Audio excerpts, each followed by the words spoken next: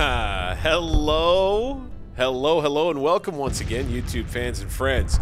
I am Bank60s, and I am very excited to share with you an experience in the Civil War, 1861 to 1865. This is one I cannot wait to share with you because the Civil War is the period of history that first got me interested in military history altogether. It is what is to credit for all of my interest, especially in 19th century warfare. And I've played grand strategic recreations of the Civil War on board games, mostly. This is the first, and also there was one other that, as a matter of fact, I think has some links to this game, which is Agiod's Civil War, and then also Civil War II made by Agiod, I believe some of the same folks. If you like the content that you see here, please hit that thumbs up button. Also, feel free to subscribe to my channel and then hit that bell notification to find out when new stuff drops. At any rate, we are in the Civil War 1861 to 1865, and I want to tell you right off the bat, what you will experience in watching these videos is going to be an exercise in alternate history, maybe even pretty darn significant. I'm already in progress in a game, which we will go ahead and join. There's so much to tell you about what's transpired, about just how different things are, and it takes more than just looking at it from this bird's eye view. I'll have to dig in deep and explain to you some of what I decided to go with, and we'll start in the policy tree. Playing as the Union, I felt that that would give the most amount of control over the prosecution of the war, and thereby control over the narrative of the war, which is something that I want to make an interesting experience for those viewers out there. And I'm taking an alternative history approach to this campaign. Specifically, I've chosen the Go West policy. Encourage people to move to the west coast of the United States. Northern support in California and Oregon is plus 25, population is plus 20%, and recruitment made possible in said states. The trade capacity of these Santa Fe and Oregon trails are doubled, affecting our, again, the Santa Fe Trail, as you can see it right here, and the value that this trade route brings, which you can see by clicking here. The real winner is the Oregon Trail, which brings in a solid 4.3 thousand in sales tax and tariff revenue, along with adding gold into the economy, as well as other valuable resources. So that's a look at why the Go West policy was something that I thought would be an interesting shakeup in the game. And you, if you know the area fairly well, can already see the other thing that I did that is different. I went with the Union Pacific Railroad policy. Support the construction of the Union Pacific Railroad connecting the Atlantic and Pacific coasts, and it will increase trade with the western states even further. The game will start with the Union Pacific Railroad built and the Union controlling trade to the Pacific coast. Union credit rating now +2, railroad transport capacity and construction speed +25. So I'll be able to build railroads, and I'll have more capacity for movement on them, movement of troops, goods, because of this Union Pacific Railroad. The last policy I went with will be reflected in what is a lack of railroads, where there would be otherwise in any other more historical sense or scenario. You'll notice there are no railroads in this game here in Iowa. There are none in Missouri or Illinois, Wisconsin, Minnesota. The railroads only make it to Chicago, Columbus and Cincinnati, Fort Wayne, Indiana, and Detroit, given the policies that we've gone with, among them being breadbasket. A policy for America to feed the world. All farms will start the campaign with a higher upgrade level. Relations with Europe, +10. This policy is required for the level 3 to 4 agriculture policies, which are here. And what this does for us, if we continue down this track in our policy making throughout the war, since we've set ourselves up as almost, at this point, other than manpower, on par with the South economically to a degree, we may have to advance our agriculture more to ensure that Europe doesn't become a factor in our war. British intervention is currently at 10%, but of course that could change dramatically throughout the course of events. The South has all of the railroads that it would have had at the time historically, as far as I can tell. And so the South,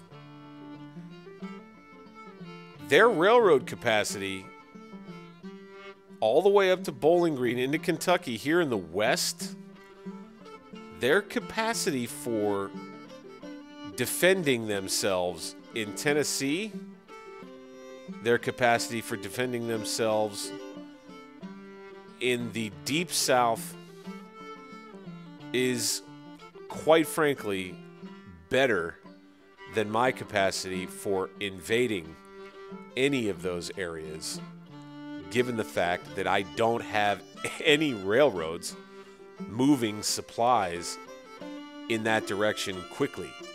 I have rivers, and that helps, but the railroads are the biggest help in getting goods that are produced in my cities to the depots where the troops are that need them, and then forward from there.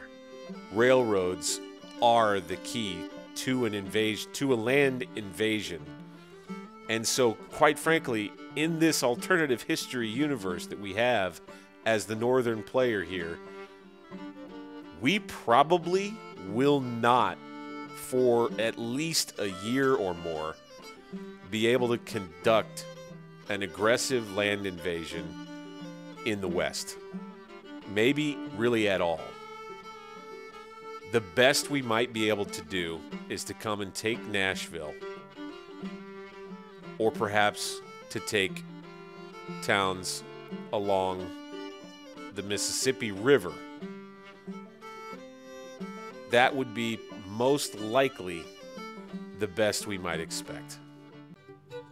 So there you see, we jumped in February 1861 as a United States that had elected to continue the expansion westward, focus on developing our industry and our trade from the Pacific, building of the Union Pacific Railroad to connect our economy initially by river, because things will be moving initially by river, but eventually by rail all across from New York and D.C. all the way to San Francisco and the Oregon Territory. We also invested heavily in the development of more farms out here in the West.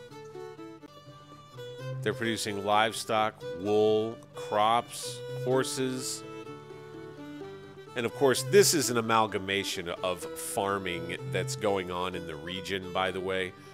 That's what this is meant to represent.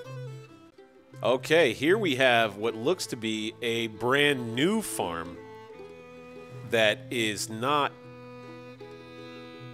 producing anything just yet. Its workforce is not quite up to snuff just yet. Our livestock production is really off the charts out west here. Here's another new farm.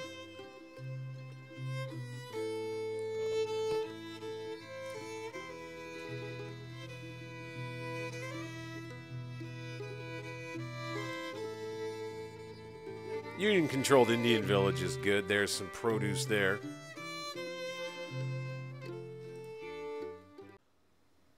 So as you can see, it's farms, it's roads, it's telegraph stations, and I believe that that was boiled or baked into the setup as well, the way that I had selected it, because the advance west must be accompanied, of course, by communication. Another thing that you're going to notice, I think, that is different, and this is one reason why I think I really dig this game, is how all of this land in Illinois is clear-cut. Same for all of this land over here in Indiana and in Ohio, Missouri, northern Missouri especially. All of this land in Iowa and out here, clear-cut in order to make way for farming. It should be a really interesting time conducting operations, most likely in Missouri and in Kentucky. I have a feeling that those will be our two battlefields initially in the war. And we might even be able to claim that we are on the defensive here. At the same time, what I am doing is building a new railroad connecting the Union Pacific Railroad to Dubuque, Iowa, and Davenport, Iowa, as well as all these little cities in between. And we'll just add that much more transport capacity for the goods that are coming from the west and also the goods that are being made in Iowa to get to the Mississippi River, then up the Ohio, and on to railroad junctions from there. We've been using the Mississippi and Ohio rivers for the most part, and the road network in all these states to get supplies where we want them and to send them off east. Another effect of this approach is that I do believe initially the sizes of the armies are smaller. Even the volunteer army that popped up is fairly small. And then the number of war goods that we can produce for our Navy in particular is reduced, and so it takes a little longer, it seems, for navies to resupply themselves. This Farragut's Block Island Sound Squadron is looking very well supplied right now. As a matter of fact, he'll need some more coal, maybe, but he may be ready for combat operations here very soon.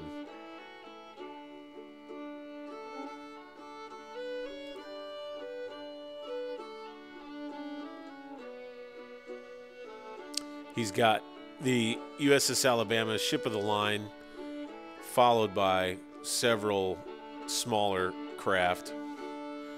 And in this war, at least initially, much of the action has been centered around both navies.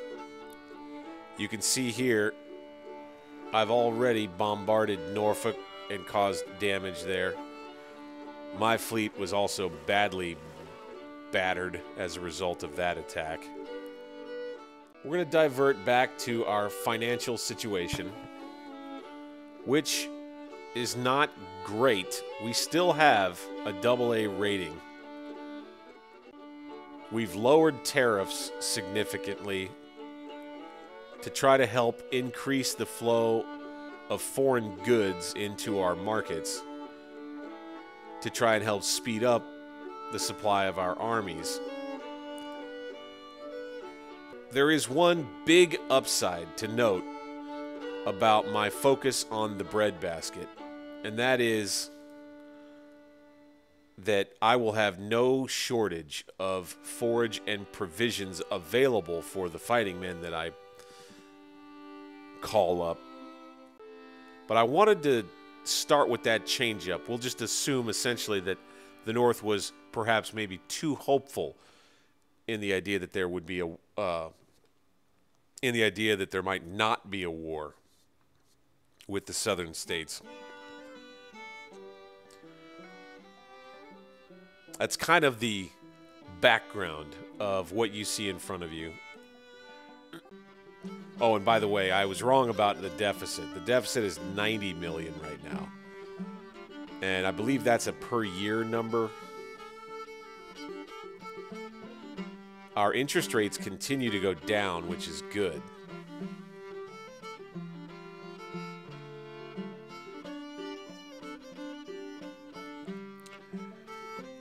And then we've really not put a ton of effort into recruitment yet.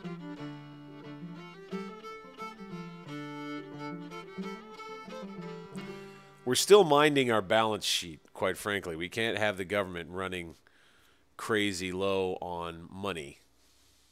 It looks like the Confederates have plenty in reserve.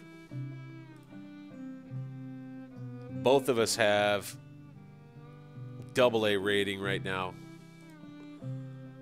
Interest rates have fallen for both.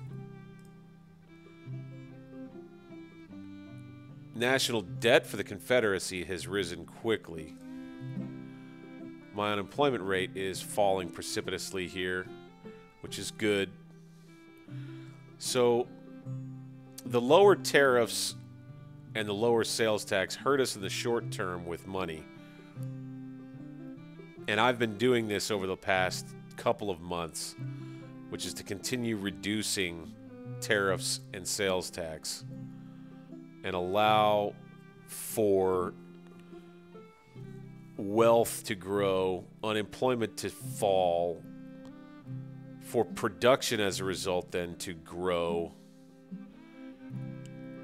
And then hopefully we can basically just create more sales tax production within our borders while just continuing to manage tariffs and the importing of goods into our markets and towards our front lines to sustain a longer war effort, which at the end of this, at the end of the day, is kind of what we're going to get out of this. Most likely is a longer, probably posturing, early on, mostly posturing.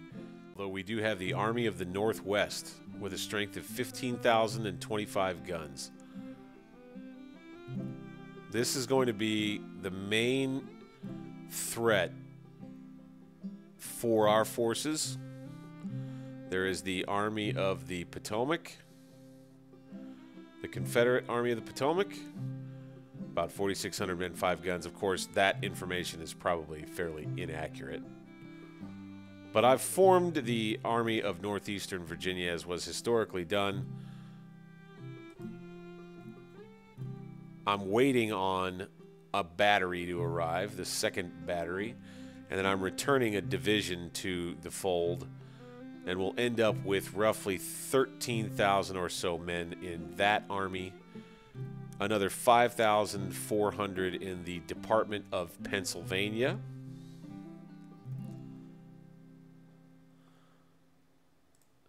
another about 7,800 under McClellan in the Department of the Ohio with 19 guns. 2 divisions also waiting for a battery. 8 days before I move this force.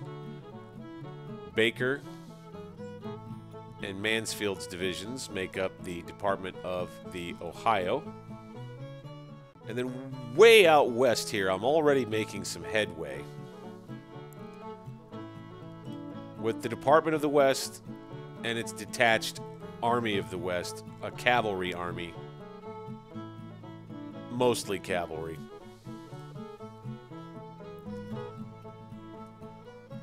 Yeah, they've captured, it looks like, or they now have 7 guns. They had 2 before, interesting.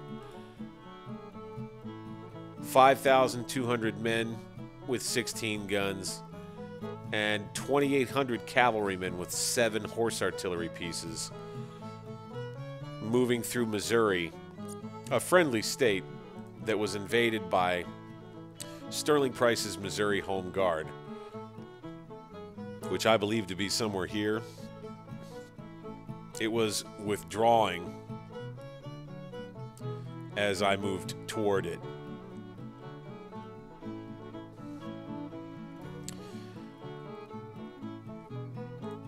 One area where Hooker's Cavalry Army of the West is interested in perhaps reestablishing control over is the Oklahoma territories.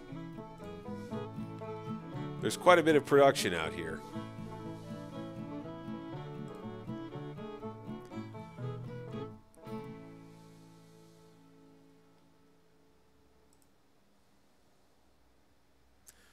Quite a bit of production, quite a bit of sales tax potential.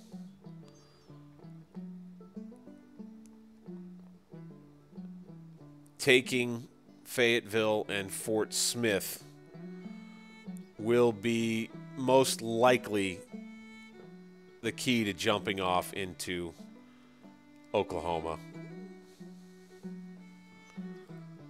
And that is what the Department of the West will be busy with most likely in the beginning. Other than that, it may end up being the Army of the West and the Cavalry Army here. Yeah, I don't know. We have their Confederate Western Army that's building up east of Fort Smith. So we may have to take a combined approach to fighting this army here. It's going to be a tough decision because we still have Price, who's somewhere here in southern Missouri. That's kind of the military situation in a nutshell. There's not a whole lot to it. You'll notice that all of my troops are very well supplied. We have plenty of ammunition, provisions, and forage for the troops that we currently have. And by the way, I will go ahead and push. I like to just have it rolling on this play mode. So we'll go ahead, and I think I will, with the Army of Northeastern Virginia, I'll add a new division under Charles Smith. Then we will add units. And so that will bring the total strength with another 5,000 or so coming from Tyler's division, which was detached. Bring that up to roughly 18,000 men. With this 5,000 or so still here, although Patterson, the Department of Pennsylvania, really moves slow most of the time.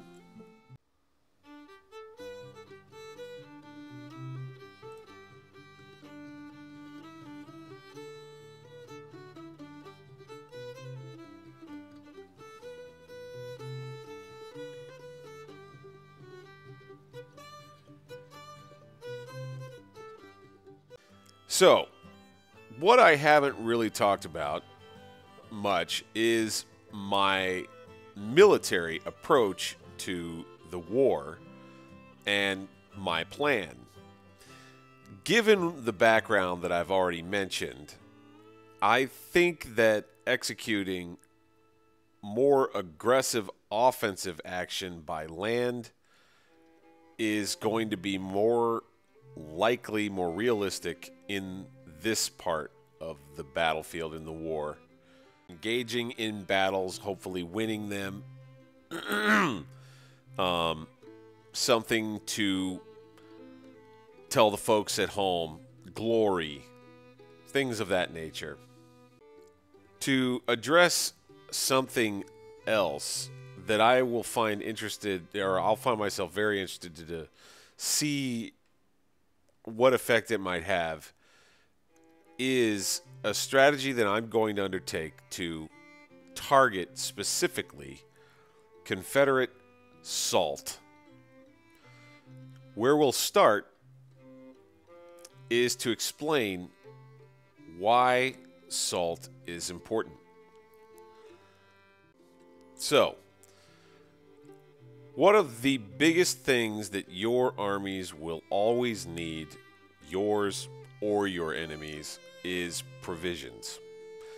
And that is, of course, meals that can be packed in their backs, in their backpacks, in their sacks, and all the rest. Things that they can carry with them on the road, on the march. And the big part of that is fairly hard to come by is the salt that's required to preserve these foodstuffs so that troops can carry them with them on the road and that they will last in the heat or, cold or otherwise, mostly the heat, over a longer period of time. As you can see here, in order to produce provisions, manufactories have to have food and salt and coffee.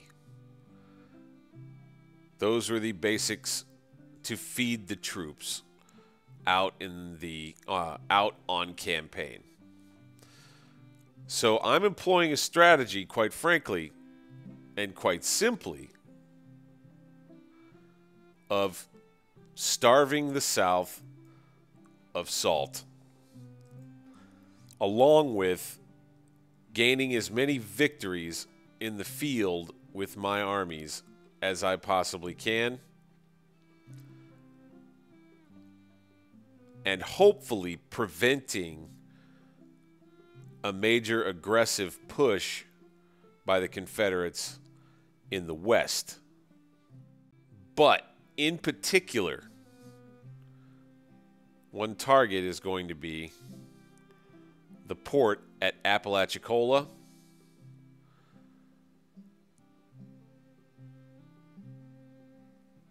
the plantations here west of Tallahassee,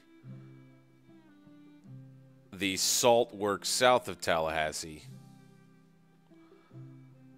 the salt works north of Pensacola, Florida,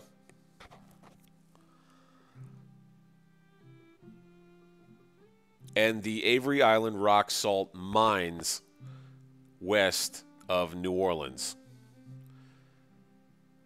The only other way that salt comes into the South is by way of, looks like for now anyway, Havana.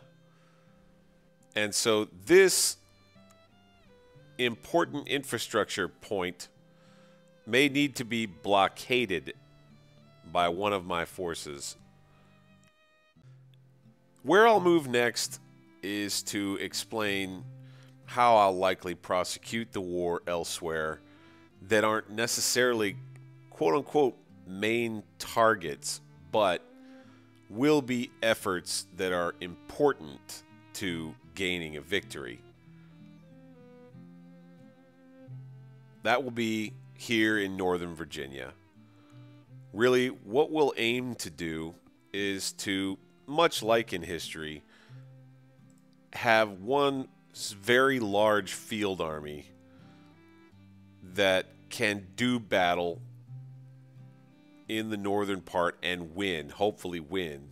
And unfortunately, we'll have to do the best we can to save as many lives as we can, but it could be a bloody affair, such as war. But make, as Grant did late in history, make their armies our objective. This will be paired with the approach of cutting off salt, and so this is intended to be an anaconda plan of sorts, but more so a method of battle of attrition. So let's take another look at the Army of Northeastern Virginia. We are pretty well finalized with 4 total divisions, including 1 small infantry-heavy division and 1 large infantry division, a more hybrid division with infantry, cavalry, and artillery in Hunter. Interesting about Hunter, he is politically assigned. This officer has acquired his rank thanks to his political status. Commanding troops increases support in his home state, but he is apt to feuds. If removed from command, it will hurt the support in his state. So, long story short, we have ourselves a pretty substandard general here that we're gonna kind of be stuck with. Then we have Runyon, who will have just over 6,500 men and 13 guns thus far. And then we have Smith's division, West Point graduate, and certainly our best general commander. We may want to reassign some troops to Smith. I think I will take Palmer's cavalry, Colonel Innes Palmer, and Captain William H. Reynolds' artillery, and transfer them into this division of Smith. We got both armies on trains, and they are going to meet at Alexandria. And this is going to be our first major battle of the war. Here we go. And we will have reinforcements from the Department of Pennsylvania in 6 hours. Oh, my word. Ooh, baby. Here we go. Battle of Alexandria, June 21st, 1861. After the initial skirmishing and maneuvers, the opposing armies are deploying for battle. The Confederacy fields 19,000 men under the command of Major General Johnson. The Union fields 23,729 men under the command of Major General Patterson. When laying down, the men will be better protected from any forest. It's a beautiful day. This is the evening of day 1. See the sun about ready to set here.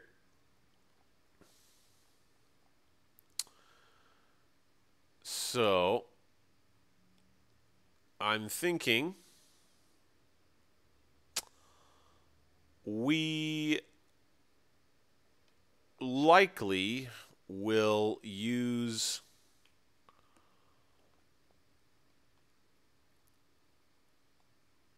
Bull Run Creek or Bull Run to anchor our left flank on. And the rest of the army will take a position. The bulk of the army will take a position on Oak Forest Hill. That's the plan. Move.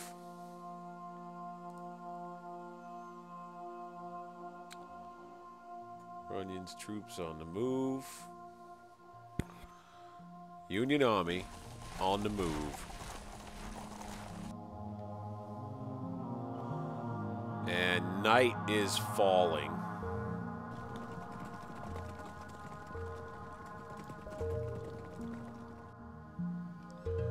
All right, here they come. We're gonna meet them on the hill, it looks like. Runyon's troops first.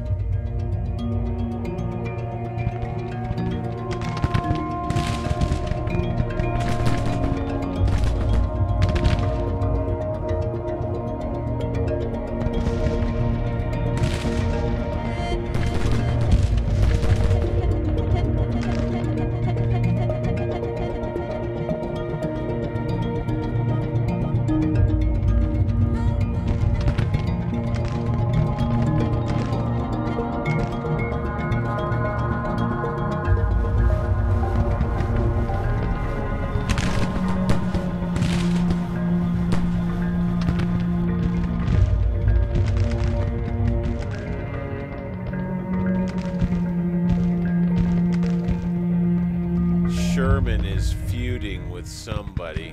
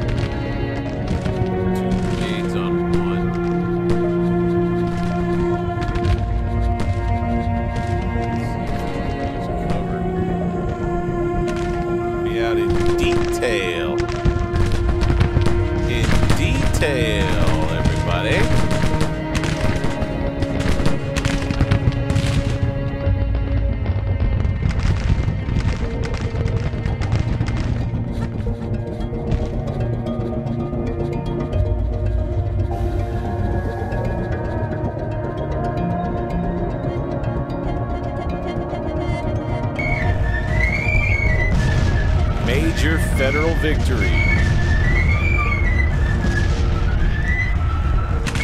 Lovely.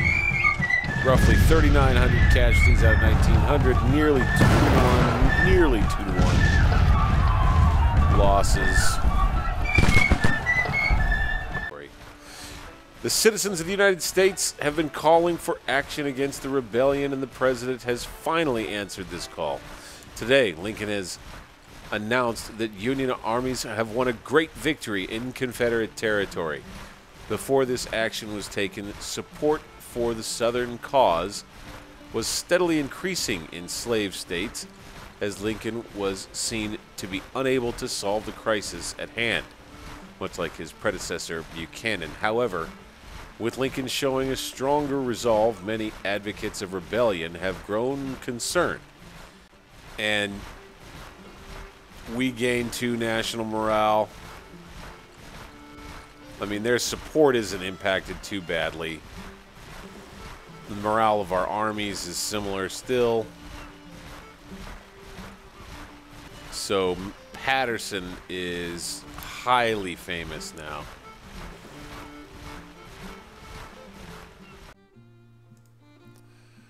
Oh my lord, look at him. Legendary. Leadership goes up.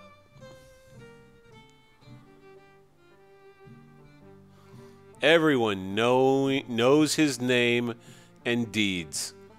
Knowing he is there fighting for the nation raises spirits high. Even foreign newspapers love to write about him, and his fame makes the enemy nervous when facing him and his troops.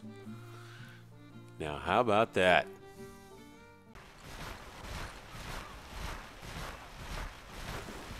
And he gets to get a perk as well.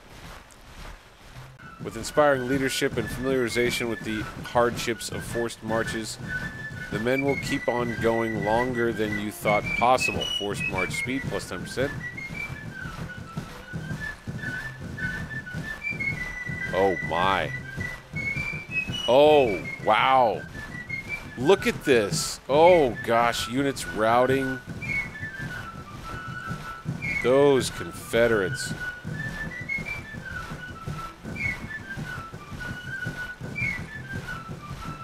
A little leftover action there. Here's what I will say. Now we're at June 25th. We could most likely re-engage here.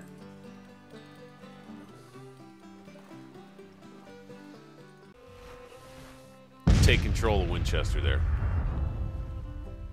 Bam! Sinking. Already.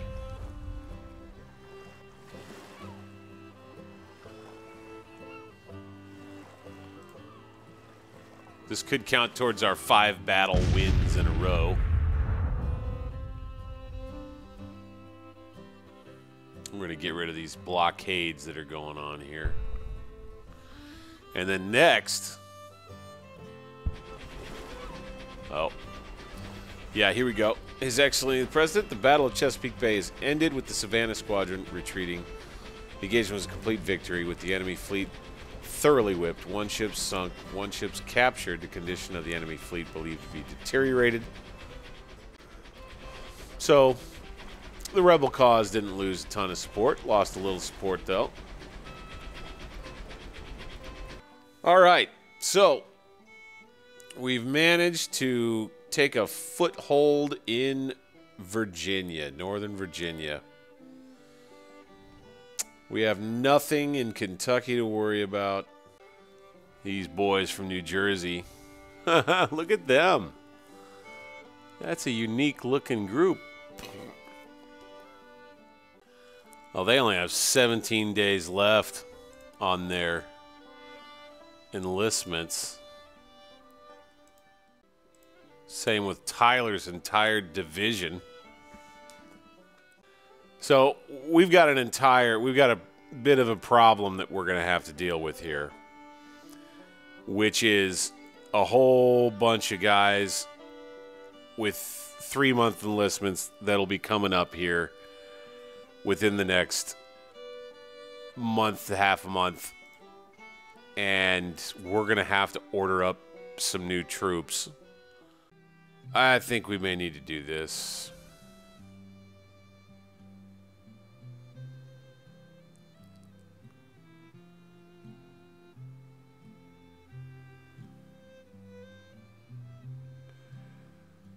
So I just don't know if I have a choice at this point, because my military units are about ready to evaporate into freaking thin air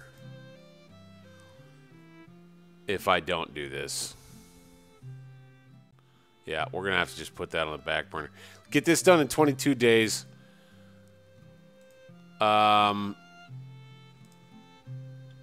Be ready for when these guys go. So probably add... Gosh, I don't want to add troops when they'll just be 3-month troops again. But I got to keep men in the ranks. And that will replace just about everything that we would be losing here in 17 days. Let's go ahead and save it.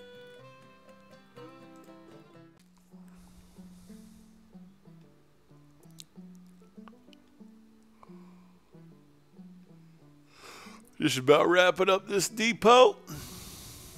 That'll extend our reach a bit.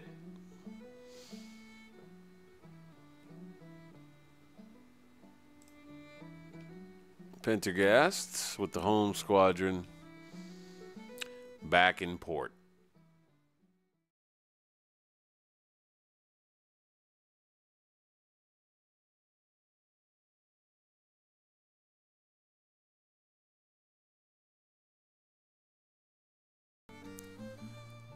Patterson, a famous guy. It's odd having him in command of this force that is kind of out in the middle of nowhere. We're gonna add a little infantry to this guy.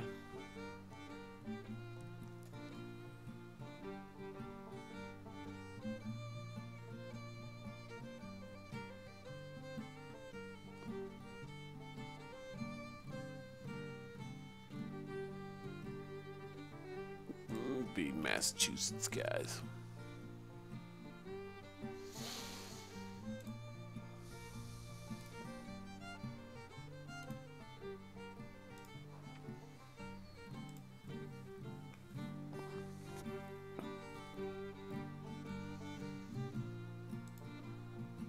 We'll make it a big one.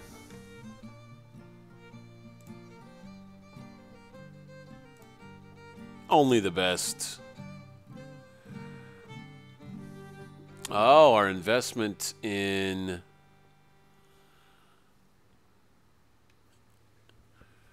interesting. Our investment in industry has netted us a significant number more upgrades, so there's that. Also, I think I'm going to go ahead and get upgrades for these fellas, or at least some of them.